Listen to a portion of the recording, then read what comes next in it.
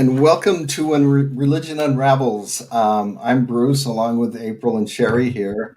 And before we get started, just take a moment to remind people while we're here. It's all about people whose journeys take them away from religion. Like many of it, like all three of us, we in our childhood we were devoted to a religion, and at one point in our life, that religion didn't fit our needs anymore, so we found our way out. And this show's not about bashing religion in any way. It's about finding your spiritual path and adjusting once you leave the tight controls of a religion. And so, with that, I don't know if you met those of you who tuned in last week. We were talking briefly about Sherry working on cutting the energetic ties with her old religion, and so I'm going to turn some, before we bring our guest on today, which I'm really excited about our guest today. Before we bring him on, I want Sherry to kind of talk about what's happening in April, and Sherry can maybe give you a quick little update before we bring Christian on. Cool. Yeah, so Friday, the three of us met up because in this process, which we are going to explain to the audience in more depth next week, the actual process. But Bruce has kindly volunteered to be my energetic guide through this. So he walked me through the opening meditation to start the process. And since then, I have had emotions come up and some energetic happenings. I've had the dreams, which are really interesting, which April will get into, I believe, next week, right, April? You're going to touch on those? Sure. But I did want to let everyone know that I will post a more comprehensive update on the Facebook page. And we are going to save the really meaty, juicy stuff for next week on our show. I think we're going to devote the show to having a discussion so people really can get walked through the process. What do you guys think? Sounds good. Yeah? I'm okay, for it. We'll do it then. Good. And now April's going to introduce our guest. I almost don't even want to introduce him because I just want to bring him out so bad. I'm like, let's just skip that and just bring. Today's guest is Christian Sundberg. He has a fascinating story. He is able to remember his experience in the womb. He has memories of planning his life before he went into the womb. He remembers why he was motivated to incarnate in the first place. He remembers his life before he came to Earth, and that is so fascinating to me. So he's also grew up in a religion, and so we'll explore just a teeny tiny bit, but I really want him to share his stories and his wisdom. He's so wise and wonderful. Let's bring him out. Yay! Hello. Hi, Christian. Welcome. Okay, go. Thank you very much. I appreciate it. Thank you.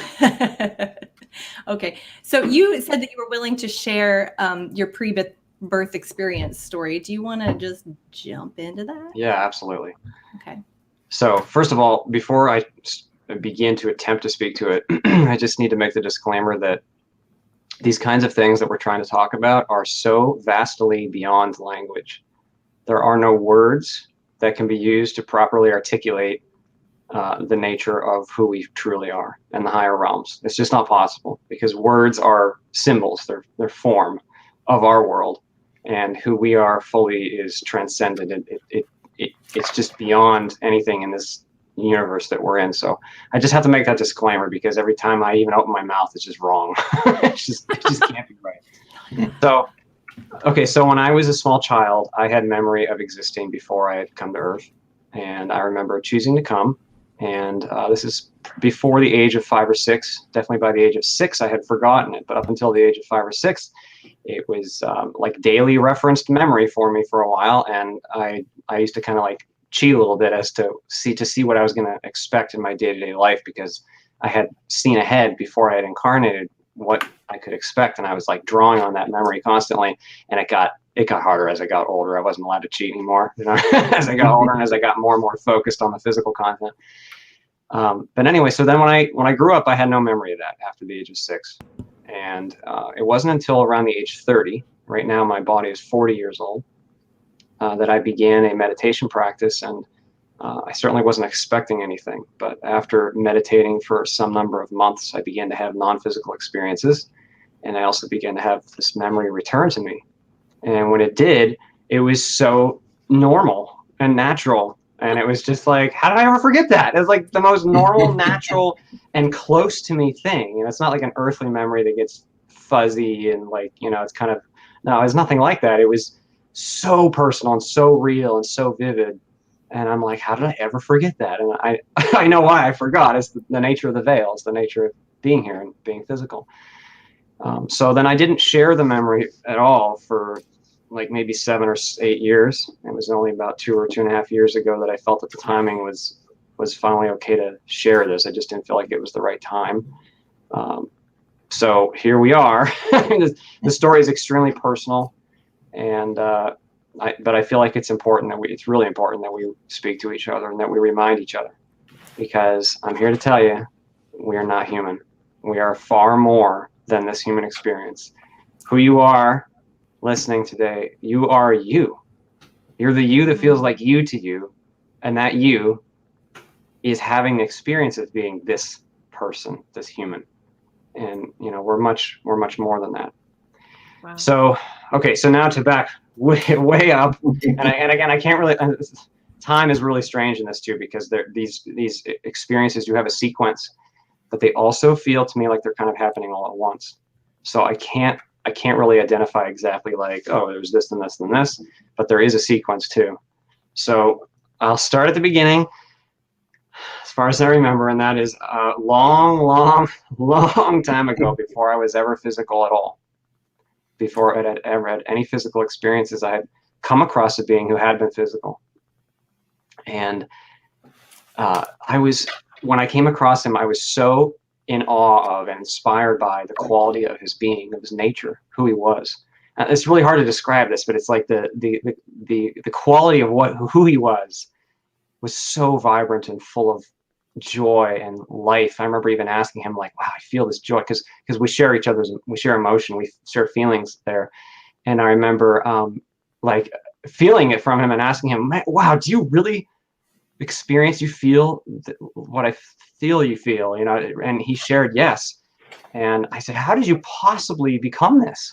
And he shared with me that he shared with me a few things, but one of the main things he had shared with me is a physical experience he had gone through that was extremely difficult for him. He had some kind of chronic health condition, some kind of painful long-term physical ailment that he had to deal with. And the way that he met it allowed a refinement of his being. That's the only way I could put it. He was so evolved and refined, and because of it, he was just so full of so much joy and awareness and power. And I said, I want to do that. I want to do that. I'm gonna do that. Like I was just fired up and just so inspired. And I remember him communicating, not blowing me off, but kind of like, yeah, that's what they all say. And I was persistent. I was like, no, I'm gonna do that. And I remember him communicating, it's hard in a way you've never known. And I was like, I don't care. I'll do anything. I don't care what it is. I'll do anything to do that, to be this. So he said, okay, go talk to your guides. So I remember, okay, so then there's a big break. I remember that I had many experiences, and I remember finding this being later and sharing with him, see, I'm going through this process like I said I would. And he was encouraging. And so then, okay, so then there's a big break. And the majority of what I remember is somewhat immediately preceding this life, where, okay, so I had some experiences, and I'd taken a very long break at this point. And I remember being in a state, it was kind of like a waiting state, but waiting is not the right word. I was active in other ways. And I remember this guide coming to me over and over and over again, like, are you ready to go back yet? Are you ready to go back yet? Like, just kind of pinging me every so often and just reminding me of my own intention. And eventually saying, okay, I'm ready to go back. And I remember meeting with this guide and reviewing what I can only describe as like my state, like who I was, who I had been. And when I did that, it was obvious the thing that I needed to I don't like the words work on, but work on the thing I needed to experience to be in order to grow and evolve past, well, what had been a very low vibrational fear that I'd experienced in a previous experience. And in that previous experience, I had I had succumbed to a fear vibration that was very low, and it had caused me to be a very twisted and harmful person in that experience. And I had caused a great deal of harm to other people. And after that experience, I was kind of, I don't know the word stunned, but I was surprised at how deep this fear was in myself. So when I reviewed this with him, it was obvious that I needed to go and integrate this fear and evolve through this fear. And I knew that if I could do so, the opportunity for expansion would be unspeakably beautiful and powerful. But I also knew that it was going to be ridiculously hard. So I remember asking the guide, like, well, has it ever been done in all of creation? Has any other being ever done something this extreme in this kind of way? And I was told yes. And you have all time. I knew I had all time, like time was given to you to do so, like all time. And I knew that well, if it's possible within all that is to do it, then I will do it. I just had great confidence that I will do it, because I knew that I was, this is hard to explain. All this is so hard to talk about, but I knew that by doing it, I would be not only expanding personally, but I would be serving the whole. I would be performing a powerful, valuable service, a creative service, by integrating this experience and doing this. Okay, so they brought me a life. So I set that intention, and then they brought me a life that was perfect for this intention. And I reviewed this life, and I accepted this life. And I remember accepting the veil, which is, it's just a word, but it means like so when at least for me, when I came to incarnate, when I came to be physical, so it's like this huge dive where all the knowing that you have, because we come from a place of total knowing, where all knowledge is available to us and everything is connected, and we know our connection with all things. And we also know that we're not, we also know our oneness with all things. So the veil for me was a feeling of plummeting in vibration down, low, low, low, low, so low, even lower, low, low, low, keep going, and lower, turn it down lower now, lower, lower, lower, lower, lower. And in that process, losing my awareness, not my awareness, my knowledge, like my connection with all the knowing that existed, and also suddenly feeling very separate and very alone and very dense and very like in the dark. And just that experience alone was so, because I have this feeling that every life has its own like vibrational place, like that is like, I don't know how to describe it, but it's like a vibrational destination. And when I reached the destination for this life, this lowness of vibration was so extreme that I was like, this is ridiculous. This is so low. This is so dark. What am I doing? I am not doing this. So I decided to summon my strength and fight my way out. I was like, nope, I'm changing my mind. I'm not doing this. And I fought my way out. And I did it successfully, because now I was back on the other side. But I had a life review, because I had inadvertently, now I know it's inadvertent, but at the time my exit was intentional, but I had killed the fetus. I had killed the body that was to be mine. And so in this life review, I saw that my decision to do that, my fear response to that sensation and that vibration, my fear, caused me to basically heap difficulty on the shoulders of the poor mother who would have been my mother. And I saw that not only she was affected, but hundreds of other people that would have a more difficult time because of how the mother had been affected by me. And I had all these great intentions going in, like I had really good intentions. And so I couldn't believe that I had done that. So I knew I still wanted to meet this fear, but I knew I would have to try again.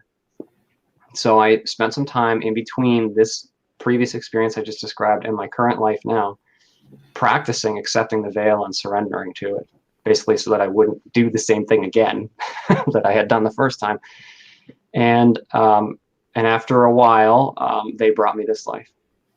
Okay, so now this life was not as optimal as that one would have been. It was still quite good, but it wasn't perfect. But it was good. It was good enough. It was good, and it had a lot of opportunity in it. And so I reviewed what I can only describe as a vast flow chart of millions and millions of possibilities, all instantaneously. I reviewed all of the probabilities of what was likely to happen or could happen in this life, like not from an event standpoint, but like how it would feel to be it, and like what it would be like to be the person going through this, and what was likely and what was not likely. And I knew that the life had a certain like energetic trajectory that was very extreme in one direction, and I knew that there was likely that there would be a trauma in my 20s that would crush me and cause me to be traumatized, and that would allow me to re-experience this fear and to engage this fear. And I was very excited, very, very excited to do that. I mean, from this side, being here, being Christian, and having gone through this trauma that did happen in my 20s, of course, I have a different perspective. But at that time, my perspective was so much excitement. And I knew that the opportunity of this was absolutely incredible. And I knew that the opportunity to be given, like just being given the opportunity to be human, was the most incredible gift. It was like being given the most precious gift in the universe. Like, here, this can be you. And I was like, oh my goodness, because there's only so many opportunities. There's only so many like character slots or something, like so many people. And I was given a chance, and it was just, I was so honored and so excited. Okay, so then I was with these beings immediately before this incarnation, that I can only describe as technicians, or like tinkerers, beings who are like technical in nature. And somehow they do this thing where they like apply the veil they apply that life to you. Like, I don't know how to describe it. They do this thing that like makes everything fit. And then I remember being with them and like I could describe it as a chamber, but like a place where I was ready to do the dive. And they asked me one last time, are you sure? Are you ready? Because once you say yes, you're in. Once you say yes, you're strapped in, you're in for the ride. And I said yes. And then I remember the veil coming over me once again, and my vibration plummeting lower and lower and lower once again, and my knowing being cut off, and suddenly being alone and in the dark, and having no context, no like intellectual context. There was just me, and I don't know how to describe it. And I was holding on and holding on and holding on, because I knew that I just had to basically not fight the veil and it would work. So I was just like, just don't fight. Let the life take hold. And so I did that. And eventually I remember sending like a little ping back to the technicians, like, did it take? And then sending one message back, yes, like it worked. And being excited about that. Okay, so then I was there for a while in the womb. And then eventually I said, you know what? I'm not doing this. I'm not doing this. This is so ridiculous. This is so dark. This is so constraining. I am not doing this. So, and this moment's very personal, but yeah, Take your time. it's emotional, because it's what we really are. But I remember the Spirit of God coming to me and sharing, like showing me the universe and the churning of the stars and the love. And I knew, and it said to me, this is still what you are. You can never not be this. I feel sadness because I miss home so bad. I miss that state of being. I'm not saying anything against this experience. It's wonderful. It's a great opportunity, and I love being here, but in the ways that I do. But anyway, at that moment, it was so calming to know, because it was like I was resisting who I had become. It was like I lost everything I was. That's what it felt like. The veil felt like losing everything that I was. And it was like God coming and saying, no, you're still that. So it calmed me. And I kind of settled down into this simple existence of being in the womb. I remember being there for a while. And then I remember the day that I was born. And I remember the shock of being born. I remember just basically like a sensory overload, like like light and sound and touching and temperature, and but I had no context, I had no like understanding at all. I didn't know what was happening. All I knew that something was happening. There's all these lights and there's cold and there's touching and then, oh my gosh, like something really extreme is happening.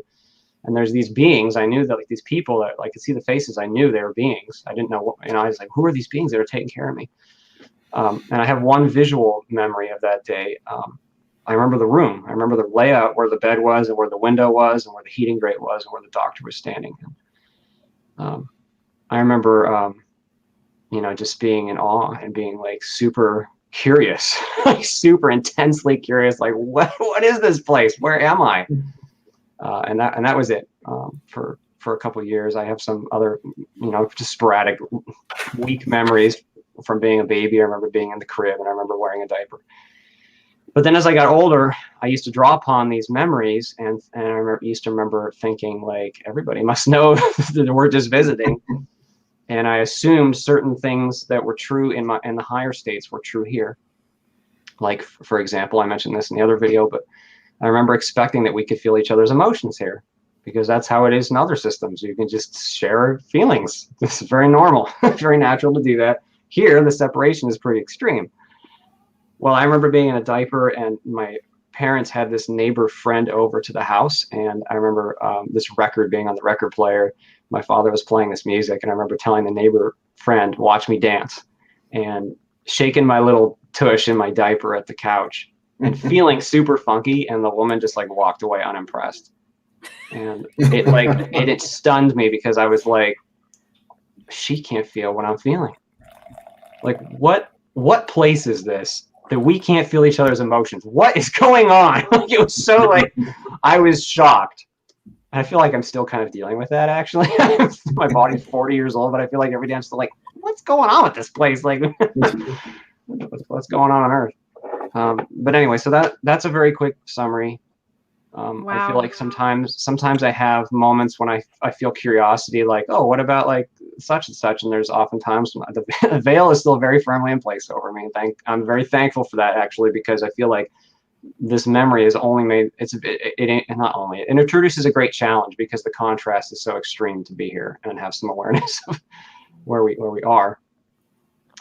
So sometimes I'm curious and I kind of add, and I get this like, no, you don't need to know that. You don't need to see. That's fine. And I'm okay with that, because I've really come to grips with basically just allowing what is here. I mean, in my 20s, after this traumatic experience, I was traumatized. I had post-traumatic stress disorder for years, went through years of counseling, and I, to a very large part, have healed that. I no longer have any issue picturing the event or beforehand that caused me the trauma. I'm very open with it, because I've come to face the fear, and I'm doing it. And I think that's actually in part potentially why some of the memory has come, because, and actually, well, it didn't come back to me until after I had done the majority of this healing. But it does inspire me, because I remember my own intention.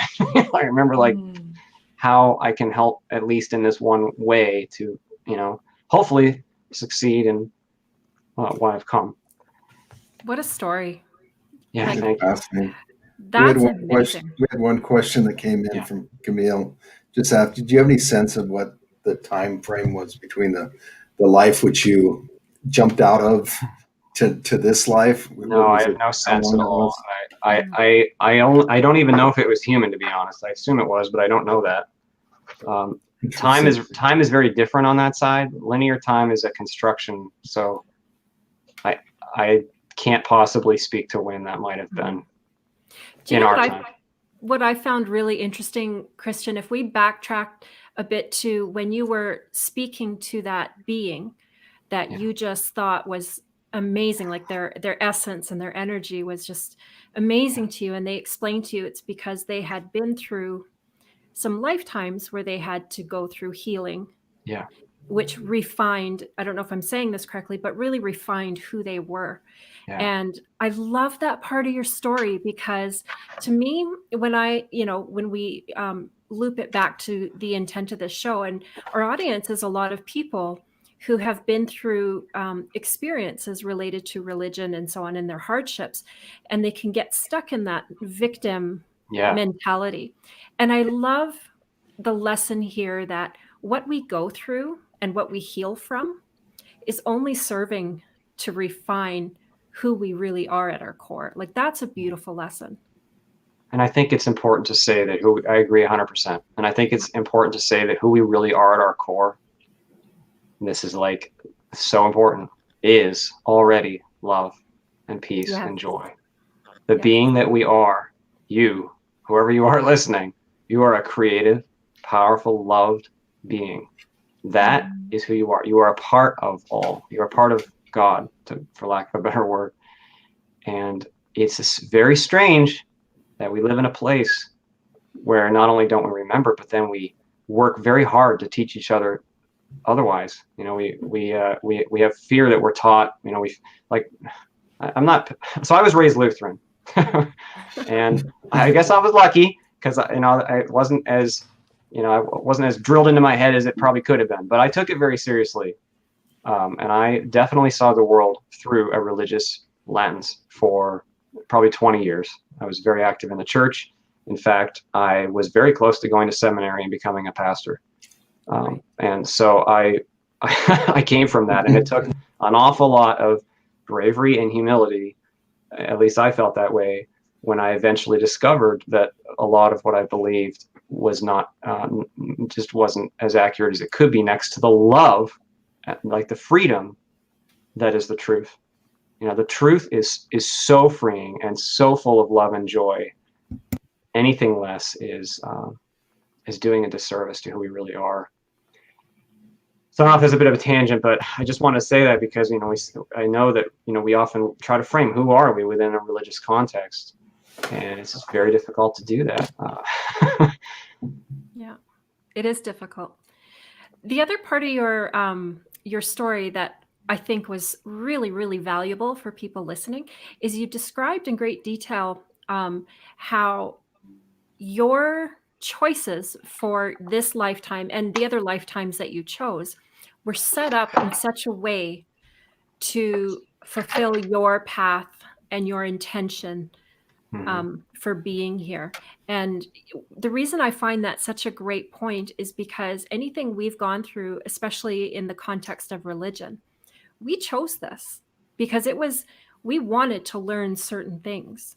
And again, Yes. like I'm always such a proponent of getting out of the victim mentality instead of this happened to me. We chose this, and are we going to honor the path that we chose? Yes, we choose the context that we come into. Yes. And that context is known in great detail, at least it was for me. And that context for many people includes a religious context. Yeah. And so if you think of consciousness as being first and fundamental, what we are is consciousness, spirit. Yes. So then how do you deal with, as a free will, because we have always have the ability to choose within our contexts. We have what Tom Campbell calls a decision space. We have a free will awareness, a free will that we get to use within a context. So as consciousness coming into a context of religion, so here now you have a context where you are taught a certain belief system. So just like everything else in life, how do you deal with that? What do you do with that belief system that now you have stepped into? And there is actually a profound opportunity, because if you are taught, for instance, you are sinful and you are really screwed if you don't believe the right thing and do the right thing. Okay, you're super screwed, not just a little screwed. You're going to hell. It's bad. Okay, so if you're taught that framework, how do you deal with that? What would that be like? Well, here we are, experiencing exactly what that is. Yeah. To be that, and it's not easy to make the decision to step. I'm not speaking against religion in the slightest, No. because the spirit works through all forms, including religious forms. Yeah. There is no context that spirit doesn't work through in one way or another. But also then, if you're within a religious context where you have been taught certain ideas that might be victim ideas or fear-based ideas, can you make the choice to step past that? Like, wow, how hard is that? It's hard. It's very hard.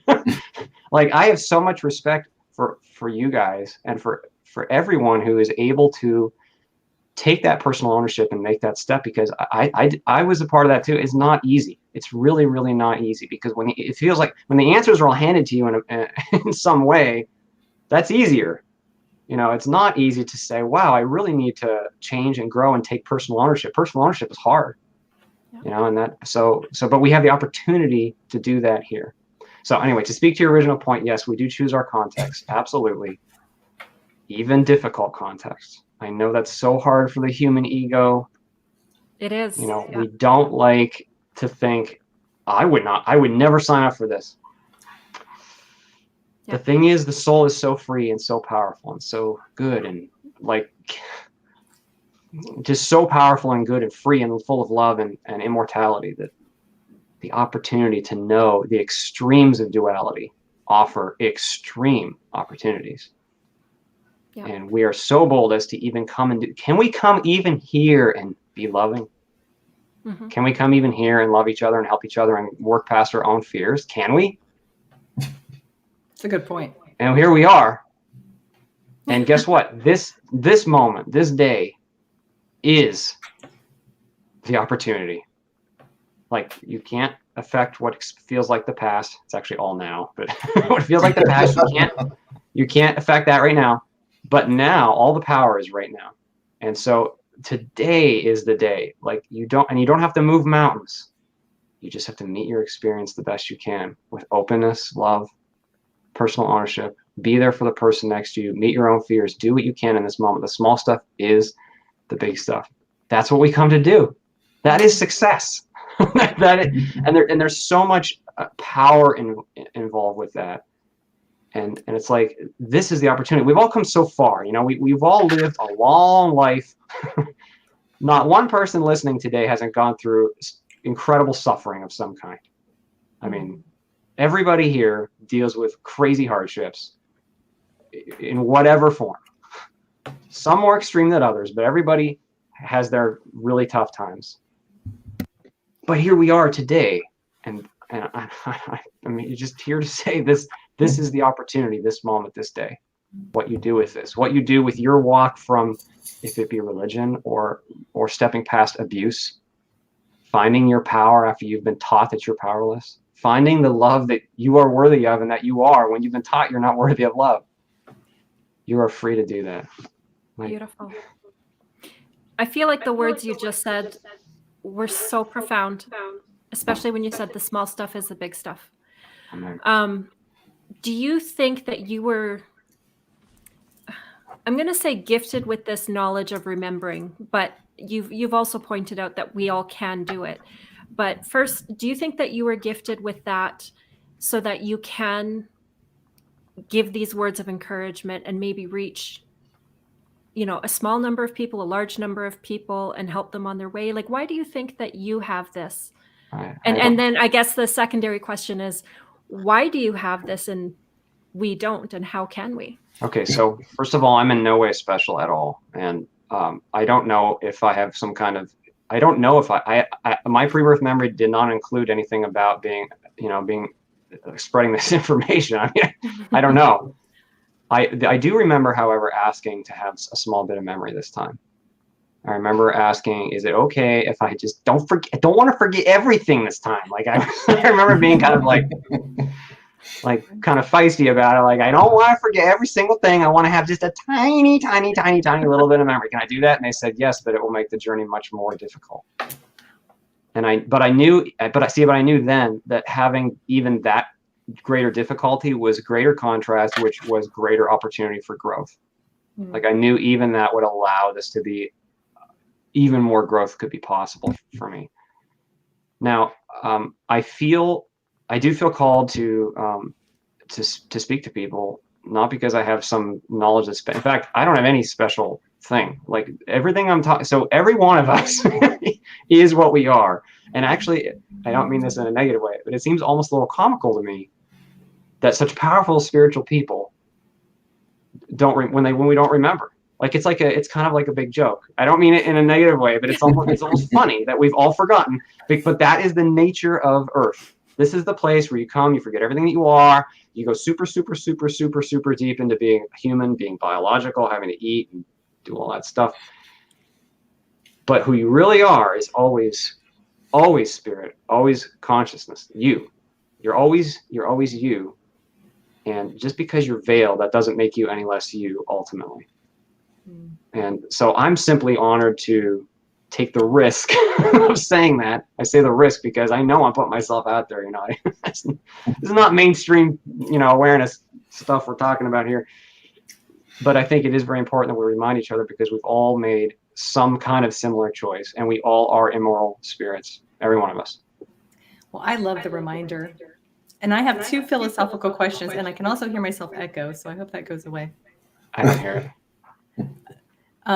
But Bruce, you had some questions that you were going to ask on behalf of some of our listeners. So Yeah, I got a previous question. The question was asking to talk a little bit about prayer, and to your knowledge, in the post-religious life, what role does prayer play?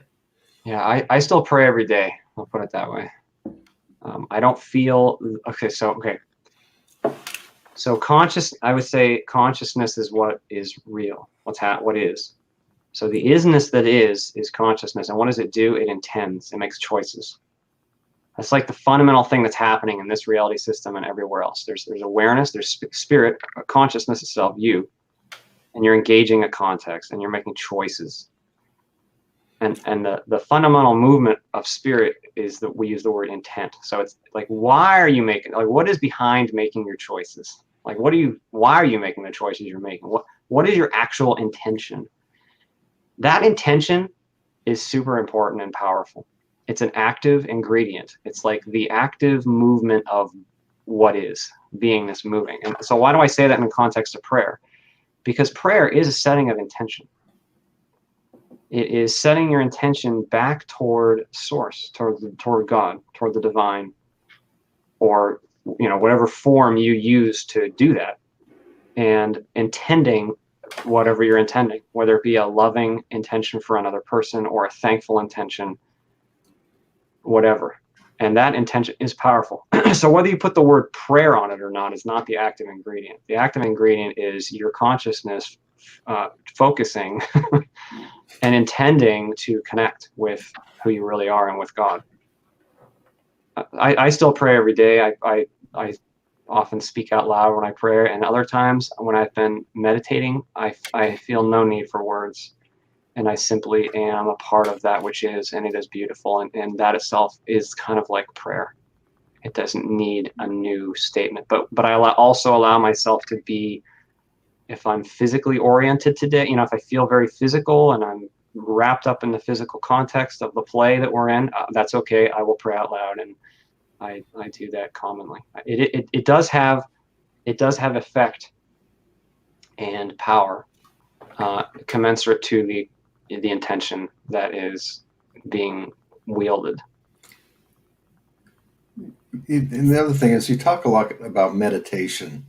Yeah.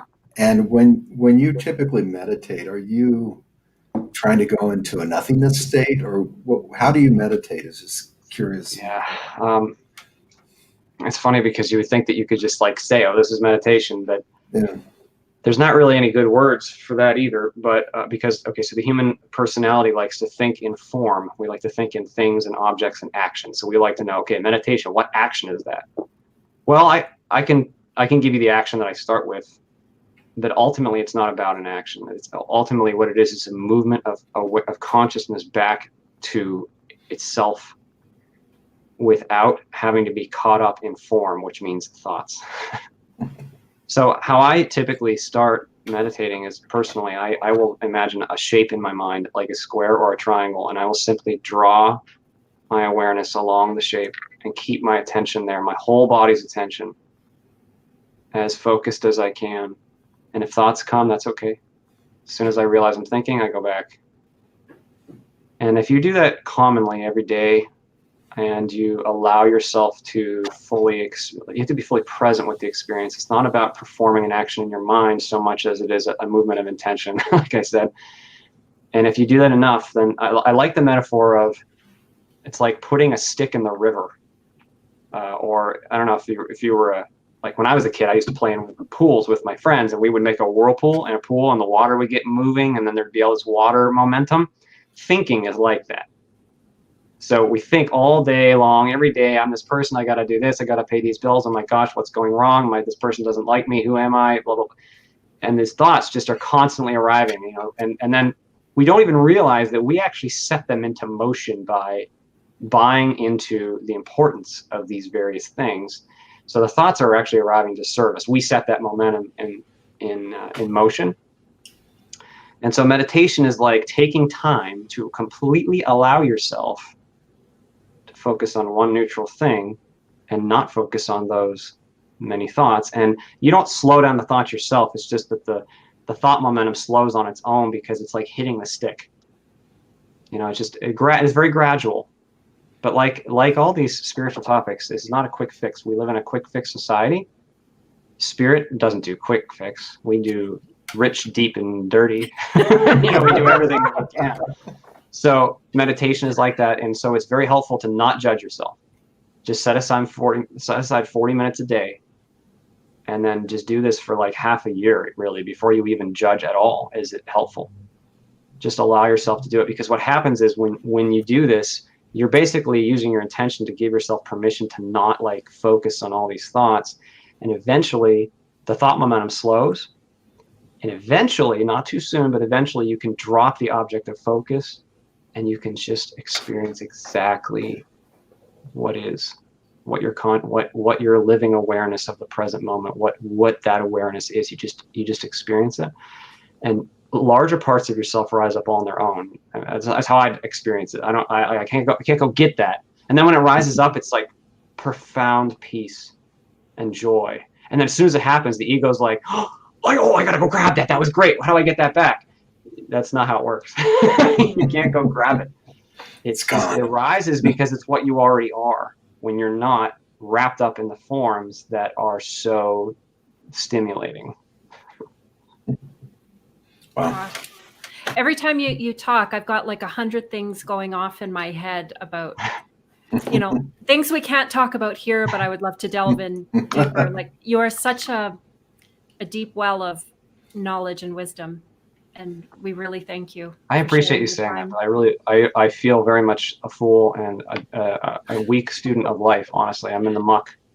Oh my God. I don't know what that makes the rest of us. I appreciate your kindness. But actually, it's not me, because there's no me. There's not really a Christian. There's my awareness knowing this stuff. So. There's one question that we always like to ask our guests, and that is, if you were going to give any advice to people who are going through the emotional turmoil of leaving or thinking of leaving or unraveling religion, what would your advice be to them?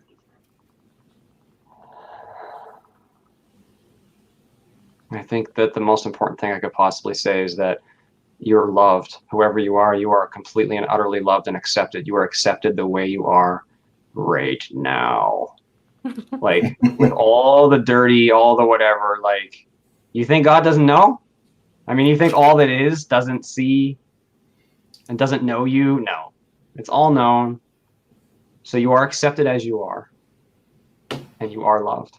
It's beautiful. And so if that's true, why can you not allow yourself to know that and feel yourself? It is true. It's just that we've been so conditioned. This is the place of conditioning, you know. And the religious context it's a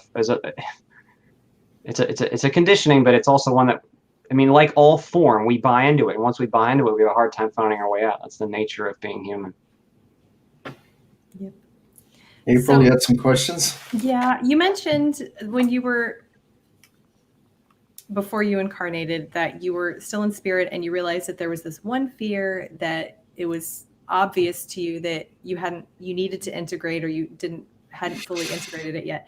Yeah. I'm just curious, did that unintegrated fear that you're confronting right now in this life, did it have an effect on you in your spirit form? Like, did you even notice it, or was it so like far away that you're like, oh yeah, I'll clean that mess up later? That's a very interesting question to try to speak about with language. I can simply say that, okay, so from that side, you can see who you are. So even as you are who you are, you also simultaneously are completely and totally aware of the unconditional love that is the truth, and the freedom of your nature that is the truth. So it's okay that you are not perfect. I don't even like to use that word because we're also perfect in a different way. It's okay that you are the being that you are, and you know it. And you just it's almost so it's matter of fact, but wisdom is also a part of it too, because the wisdom is also like you also have to learn through experience why it's even important. You know what I mean? Like I don't know. It's hard to explain. Like the wisdom carries over, quality of being carries over, because that quality. It's just that quality of so that the person that you are is then, but within a much greater context where you know your connection and you have access to all knowledge, but you're still you. You see, you're still you. But you can see, who have I been and who am I? And in this case, I had this deep fear energy that had bested me, and I was like, wow. Like the word karma comes up, and karma is misused a lot, I think, the word, but it is karma basically, because I had this fear energy that had caused, through me, and because of this fear energy, I had caused harm to others. And I was responsible for that. No, not was. I am responsible for that now. Even though I don't remember that life very well. I remember dying in that life. I don't remember anything else about that life. I'm responsible for that now because that's me. So it's like, you want, from that perspective, you want to even out and expand and grow in all the ways that you can refine towards the love that is native to what we are.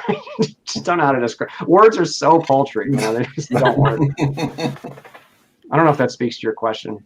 It does. It's very interesting, and it makes me wish I could feel the feelings that you're trying to explain, because I'm like, it's in there. It's in there. It's the wisdom. You know that we all know the feelings. We all know the freedom and the joy of being.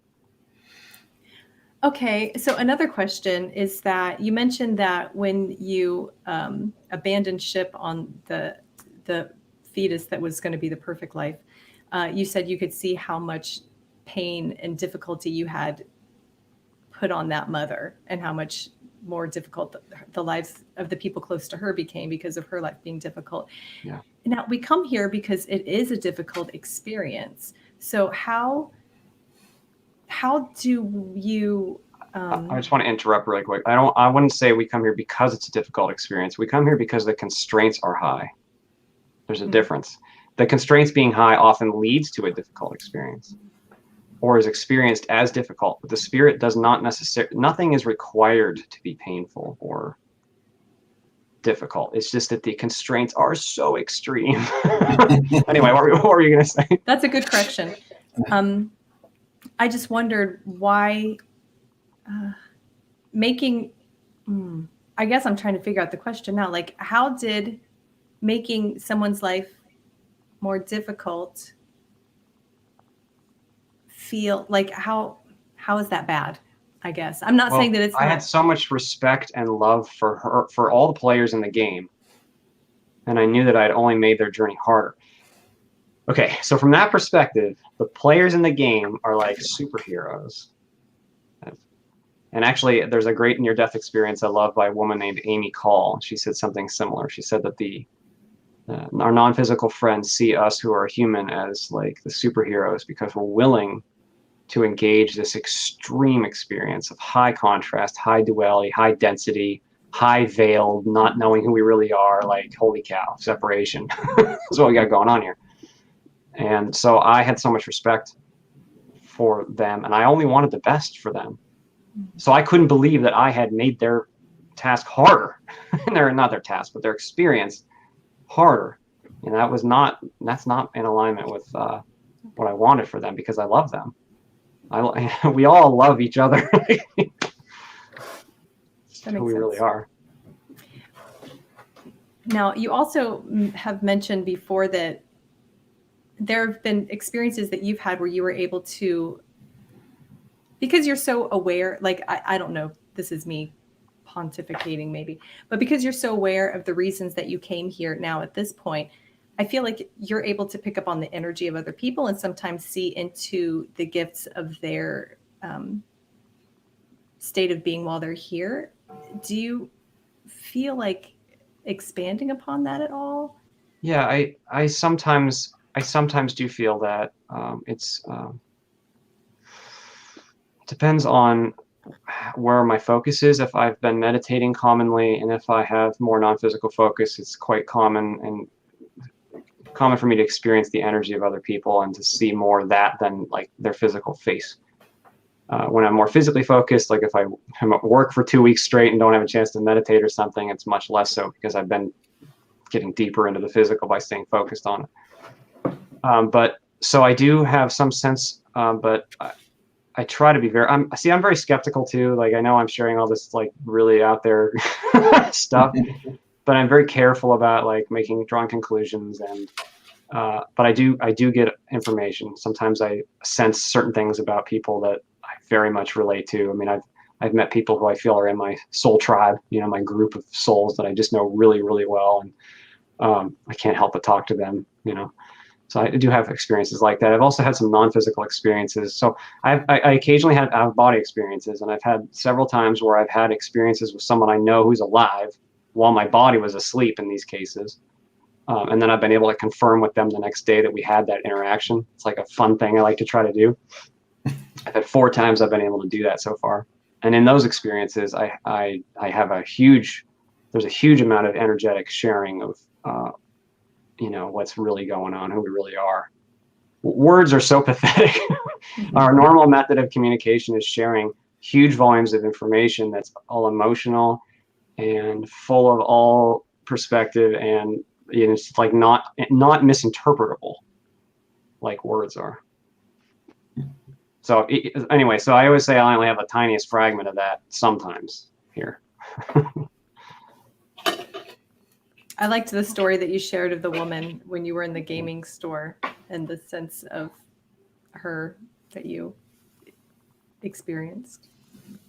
Yeah, the short version of that story is simply that I was in a gaming store playing a game, and an old woman walked in, and I sensed her energy, and I looked over at her, and my jaw just dropped because I felt this incredible power and this goodness in this woman, and I was like I couldn't even like play my game for a few seconds and I just wanted to go over to this old lady and be like, "Do you know who you are?" I couldn't. That'd be so super weird. I'd be that weird guy. Yeah. Occasionally that happens. Very cool. How are we setting up for time, Bruce? We're about done. Yeah. But it's one of those things where you don't want to let it in. I know. I feel like, Christian, I'm not going to stalk you or anything, but I really want to sequester you in a room for like a week. I'll feed you, but everything we want to know is within ourselves, within yourself. You don't need an external. But I'd be happy to, as another wilderness adventurer, at least to talk. But I just want to encourage everybody that what you seek is within you. You are this. There's a great Eckhart Tolle quote that I love, and it basically says a true spiritual teacher has nothing to hand you, no new information, no new idea. All they do is help clear the way so that you can know who you already are. Yeah. So I think that's kind of what we are doing for each other. Even by loving someone, actually, you're kind of already doing that, even though it's not like intellectual. It's like just loving someone, smiling at somebody is like giving them a little permission to feel like who they are. Anyway, so that's like a form of preaching in a sense. Yeah. I think that...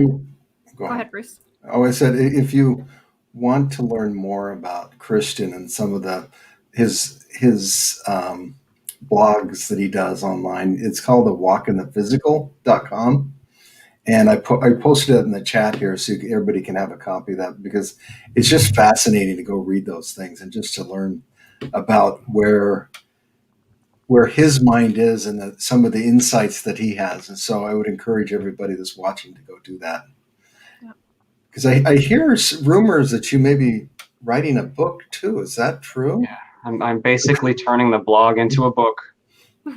My intention, this is like super frustrating to try to do this. I have this bold intention to try to take the blog and put it within a framework that's super short, like 10 pages or less of what's going on. With like physical reality. What are we doing here? And then I want to have like FAQ section just so I can try to take a shot at some of the more commonly asked questions. I mean, I feel it's like stumbling through the dark every time I try to write, because it's just, there's no words for any of this. But yes, I'm working on it. We'll see. When it's eventually done, I'm going to make it publicly available. So Nice. I'll definitely let you know when that exists. Beautiful. Well, I think you were the most anticipated guest we've ever had on this show from the three of us. We were just busting out of our skins wanting to interview you. And we're very humbled that I love doing this, and I feel like this group, like I said to you before, is super important. It's super important. This context of helping people in their journey of stepping past, if it's a religious context or whatever other context, it is very important and very powerful stuff. I'll just say that the real change. Okay, so we like to think of the change on Earth as like the physical changes are what we care, what we want to see. You know, we want to see new governments, we want to see better laws, we want to see the money and all that. You know, we want that. Okay, that stuff all is like last. What's first is consciousness. Your consciousness and mine and everybody listening, and what's happening within it. So the journey that you're going through in your own mind and in your own heart is the real playing field for change. When you face your own fear and grow past it, when you decide to love yourself, even when something is telling you otherwise, when you decide to love the person next to you, when you decide that you're going to face your own fear and feel your feelings, when you decide that you're willing to do all that, and in Tom Campbell's words, to improve your quality of intent, you know, to try to issue an intent that is of love and not fear. As everyone does that, that is the active change in the world. Don't ever feel like you're powerless. Everyone here is super ridiculously powerful.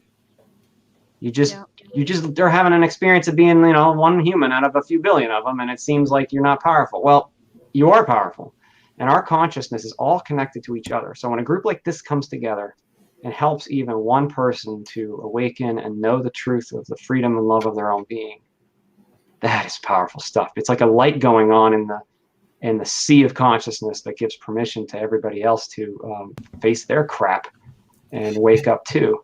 And that's how the world slowly heals. It's when we heal, when we grow up, the world eventually, you know, because when we're loving, we bring love to the world. You know, the loving context stuff happens as we grow towards love. Beautifully said. Thank you. Christian, I want to thank you for being on the show today. It's been an honor to have you on the show.